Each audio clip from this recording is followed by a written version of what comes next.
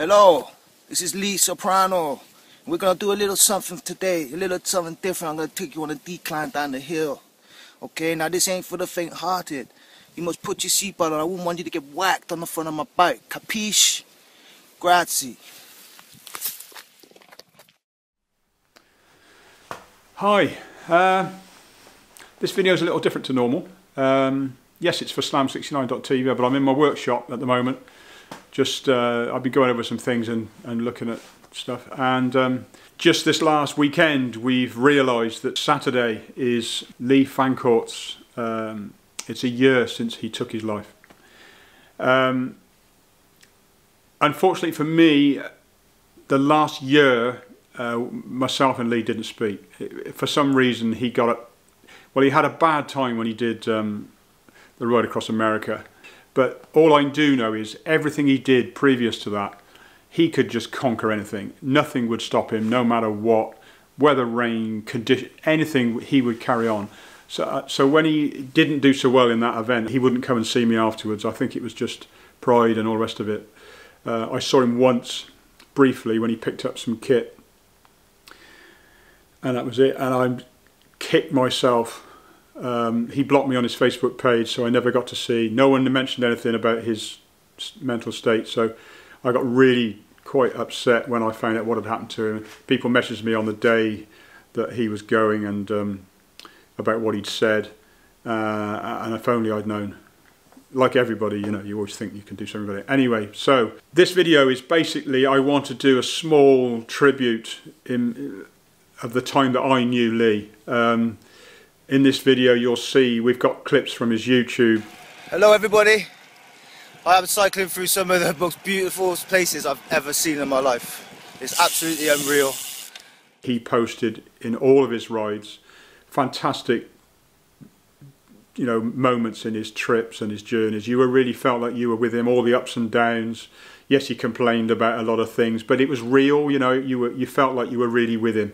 So I wanted to do this video. There's lots of other things going on. We're doing a ride this coming Sunday around his training circuit. But yeah, I just wanted to do this video really. So basically, this is my story of my time with Lee Fancourt. Stu McLean rang me and said, "Oh, I've got a friend of mine who's looking to ride around the world. Would you sponsor him?" And I thought, oh, here we go, another one. We get this all the time, people ringing us up and asking for sponsorship. And I said, oh, so I knew Stu. I said, "Oh, just yeah, come in. Yeah, by all means, come in and have a chat." So Stu comes in, and this little chap, little short chap, came in with a bald head, and Stu introduced me to him, and I said, "Oh yeah, you know what you're doing." Told me about he's going to ride around the world and he's going to be the fastest man to ever do it. Very, very confident. Came across immediately as really confident. And so I said, "Oh, you know, what can I do? What can I help you with?" And he said, "Well, I'm not looking for much." You know, he's obviously, he came across really humble. He wasn't asking for the world. I said, "Well, I've got some lights and some this and that." I said, "When are you leaving?" He said, "Tomorrow." I thought, tomorrow? Well, that doesn't give me much time. Okay, well, yeah. This is what I can give you. And he was really pleased with that, and after a bit more of a chin wag, off he went. So that was the start of it all really. Like many people who watched his videos, once you got addicted you just couldn't stop. So off he went, and a chap called Teddy DeBar set up a tracker for him, Follow My Challenge, which has proved to be really successful now. And so we were able to follow his every move. As he did his journey through the UK down into France and onward around the world. So we all followed him, and every couple of days he would post up a video about what had happened to him, the experiences of that day, and you know the ups and downs and all the rest of it. So this went on for quite some time, obviously, and we all followed him, and you know, America, India, Australia, and everywhere else. Hello everybody. I'm buzzing today. It's my last but one day cycling through India, and I'm just so happy. I'm filled with overjoyment. I'm elated. This place has been absolutely crazy. I've got so much. He had support in various countries, but he had nothing. When he came into Europe, there was no support. So we did and ah about going to meet him as he landed in Spain, and we thought, oh, we just can't leave the shop that long. So we put it on the back burner, and then we followed him across Spain, and he came up through Spanish border, and we noticed that he was saying he was struggling a bit. So we thought, to hell with it, jumped in the van, booked a tunnel crossing, drove down to try and meet him as he came up through France, and watched him on his tracker, and his tracker updates every 20 minutes. So you have to try and fathom out where he's going to be. So we missed him. He passed us already by the time we got down to the southern France. We turned around and we realised that he was in Bordeaux.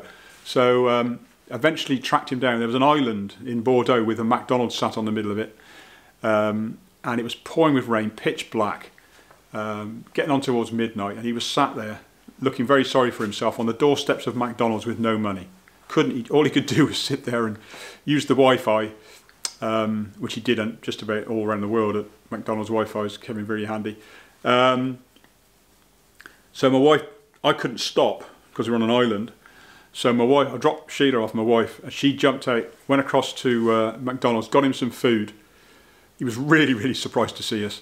Got him some food, and then as I came round again, I quickly stopped. He jumped in the back of the van, and we went off around the corner and parked up. So he filled his face, as he does, at one hell of a rate, ate everything that was eatable, fell asleep. So we stayed there for about 2 hours, I suppose, and so we had a chance for a bit of a nap as well. And then got him out, got his bike set up, filled him up with water again, got him going, and off he went. And we followed him all the way up the coast of France through a massive thunderstorm. You've never seen anything like it. It's pouring with rain, thunderstorm, and we just followed this maniac on this bike all the way up to the French coast to catch the ferry.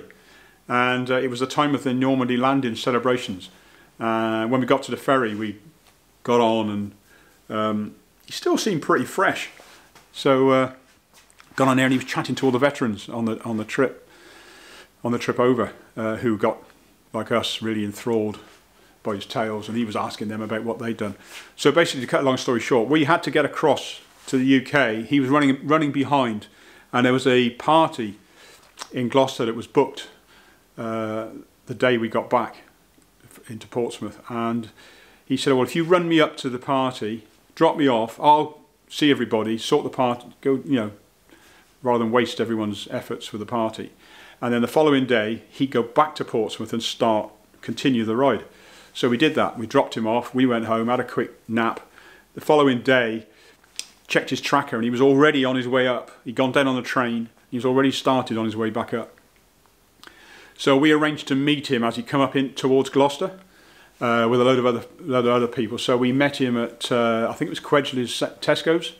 And then I decided I'd support him for the rest of the trip, because he had to do another 1,000 miles around the UK to finish the official route.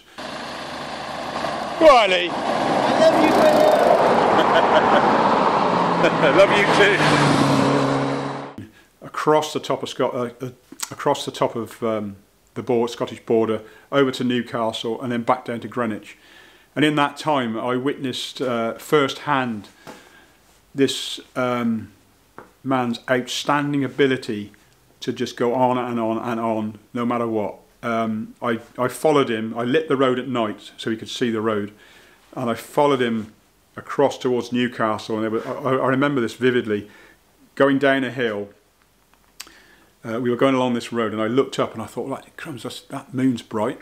Coming the other, as we were heading toward, I thought, that moon's bright, and it was a car coming over the brow of the next hill, and it was right up in the sky. And this went on, up and down these massive hills, and at no time did Lee get out the saddle. If you see cyclists, when they come under some pressure on a hill, they tend to get out the saddle and just grind the way up. He just sat there and pedalled away. That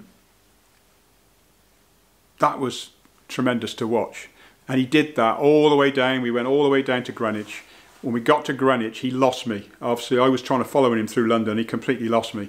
So when we actually I turned up at Greenwich, I couldn't find him.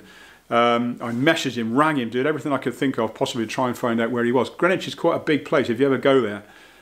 Anyway, I was at the bottom of the hill, running around like a lunatic, asking people if they'd seen him. And then I get a ping on my phone saying, "Where are you?"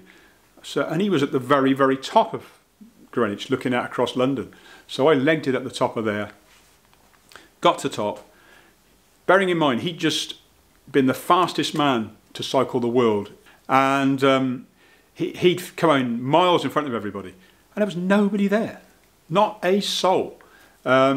Just me and him. I took a photograph of him. He was really deflated. So anyway, we, did what we could. I did what I could to sort of boost his product, and we got back down to the van, got in the van and headed home. Dived into the first services on the motorway, and he ate like like he does.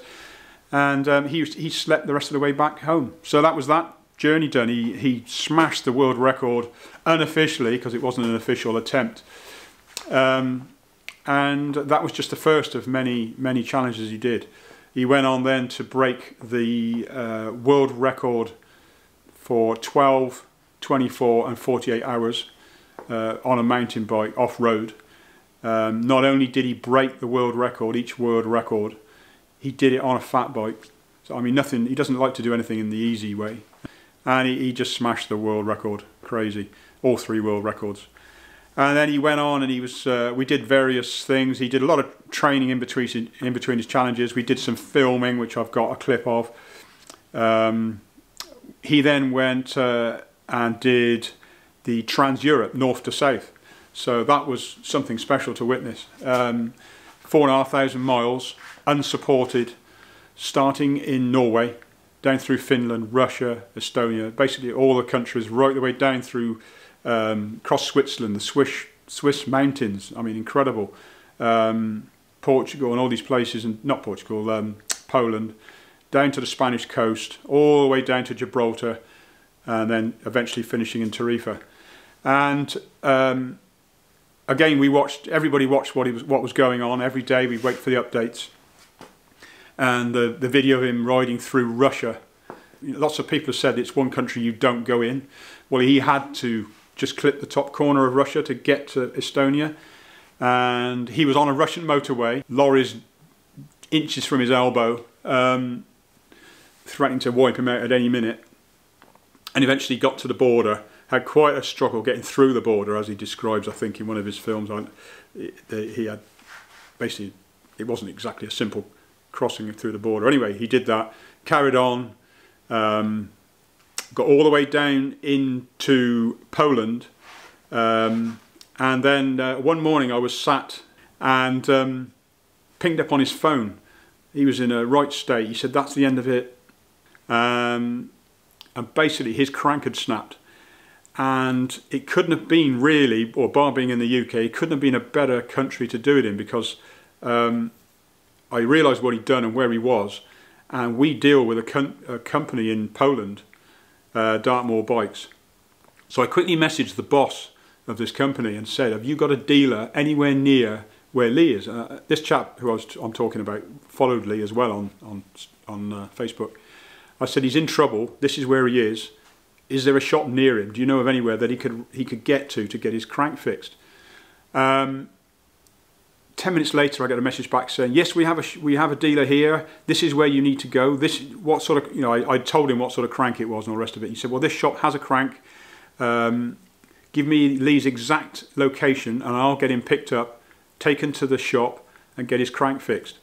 So that's basically what happened. The chap from Andy from Dartmoor picked up, organised a taxi, got him picked up, took to the bike shop, fixed the bike, took him back to where the crank broke, and he carried on. So basically made a point of always going back to where anything had happened. If he had a lift, he had to get back to where that lift had taken place and start again, just to make sure he didn't break any rules. And off he went and continued on his way. And everything else seemed to go pretty well. He got down to the Spanish coast, enjoying the sun and the warmer weather. But yeah, it's quite beautiful here. Look, I'll show you around. The sea is just on the other side of those mountains there. It's Mr. with the Monty selling it on. Because it had been horrendously wet and cold where he started, and as he got down that way, his girlfriend Pravina had arranged to fly to the finish to meet him, and we thought, well, this could be a good opportunity for us to go and look after her as well. Myself and my wife basically booked a flight and went with her. So off we went. Lee didn't know this, so we flew down to Gibraltar, made our way into Tarifa, got a hotel, and followed his progress as he was getting closer and closer. And we booked the flight. The flight was already booked for him to get on to when he'd finished, to get home. So he knew roughly the world record, and he said he's going to be on this day, he's going to be here, and there's going to be at least a day spare, which we can have some time. He was doing 250 to 300 miles a day, couple of hours sleep. He slept on a roundabout, under a bush, anywhere he could lay his head. He had barely anything. He didn't have a tent. He just slept in an old scrappy sleeping bag. Basically, yes, and that was it. So we were following his tracker, and we knew on the day that he was due to fly, we had to fly home, he still hadn't got with us. So we followed his tracker, and he had, I think it was 450 odd miles to go or something like that.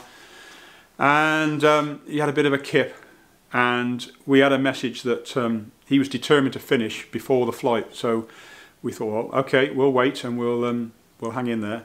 And he continued on, and we followed his tracker, and we were thinking he's not going to make it. And there's a big hill, massive hill, just before the finish. As you come out of Gibraltar, there's a big hill that then drops down into Tarifa. And we kept saying, do you want us to come and help you out? Because he sort of ping a message over saying, oh, I'm not sure I'm going to make it, I can't keep going, blah, blah, blah. And we said, well, do you want us to bring anything out? And as soon as you finish the sentence saying, do you want us to help, he'd say, no, leave me alone, go off, leave me alone, I'm all right. So his mind would just switch to getting on with it. And then we got a message saying, I don't know what I'm going to do, I can't get up this hill, it's killing me, I'm not going to make it, you know. And then again, we'd offered to come out, and he just turned down any help. So anyway, we were sat outside on a bench outside this little tiny B&B I gave, basically.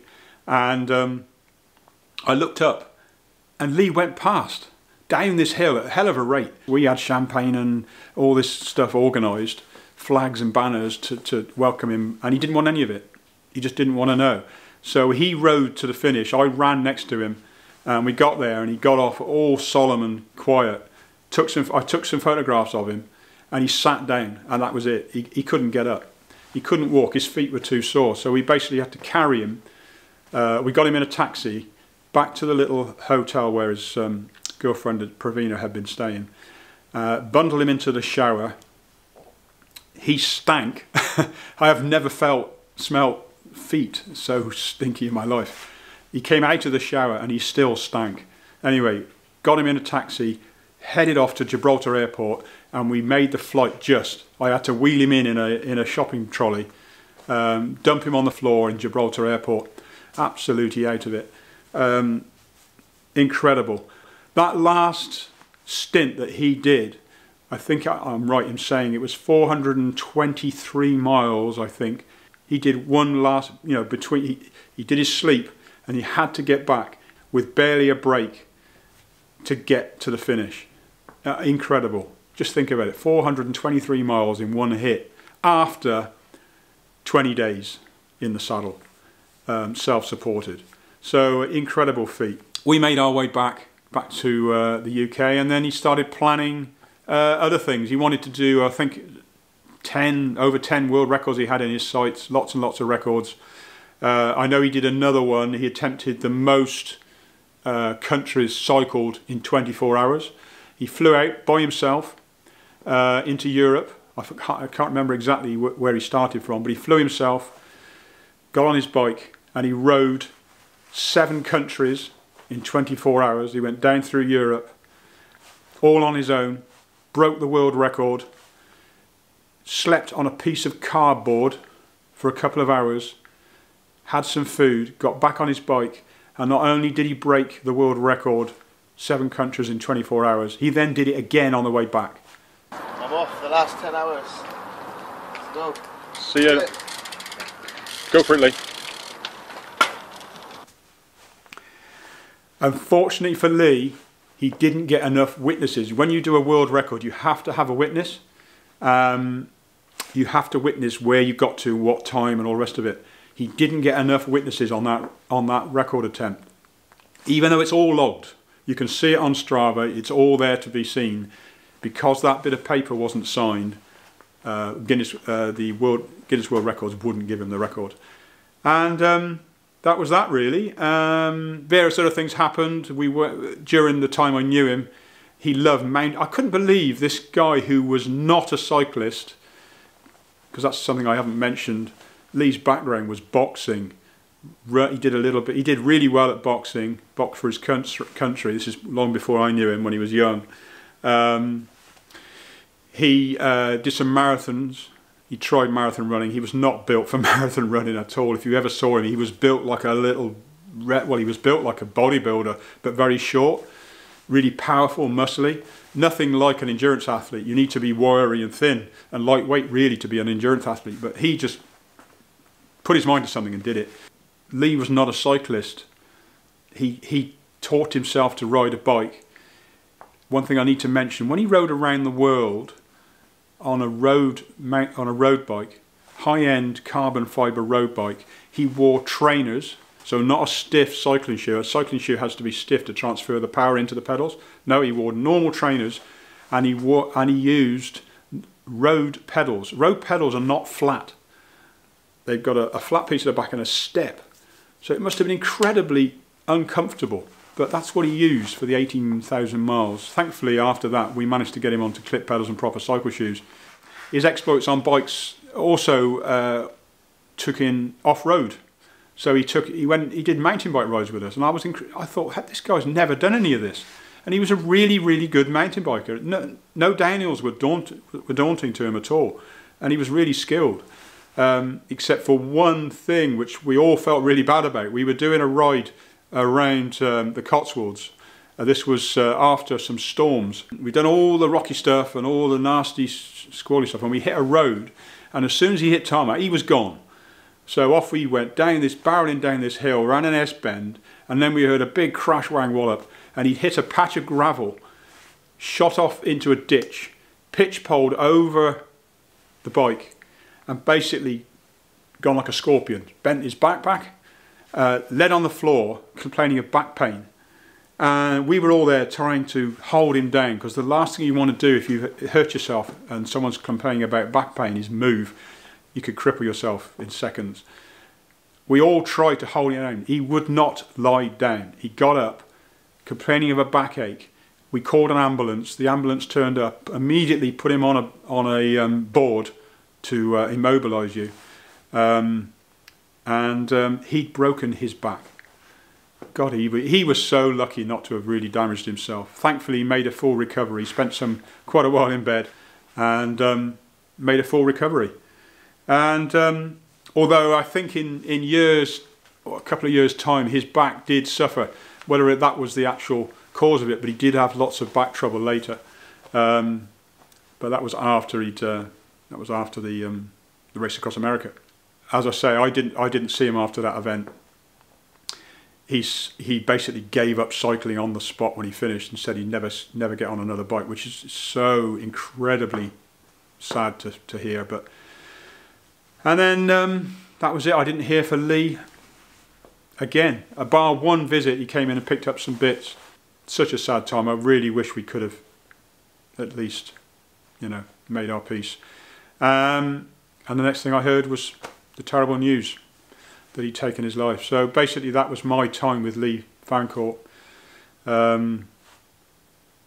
Yeah, and that's basically it, really. An incredible guy who I will never, ever, ever forget. Smiles all the way, man. Hopefully next year one of you lot watching this can join me on something, maybe USA, west to east. I'm up for it if you are. Get yourself a bike, get training, come on. You gotta enjoy your life, you gotta do stuff like this, man, you gotta live. Alright? That's an order. Alright.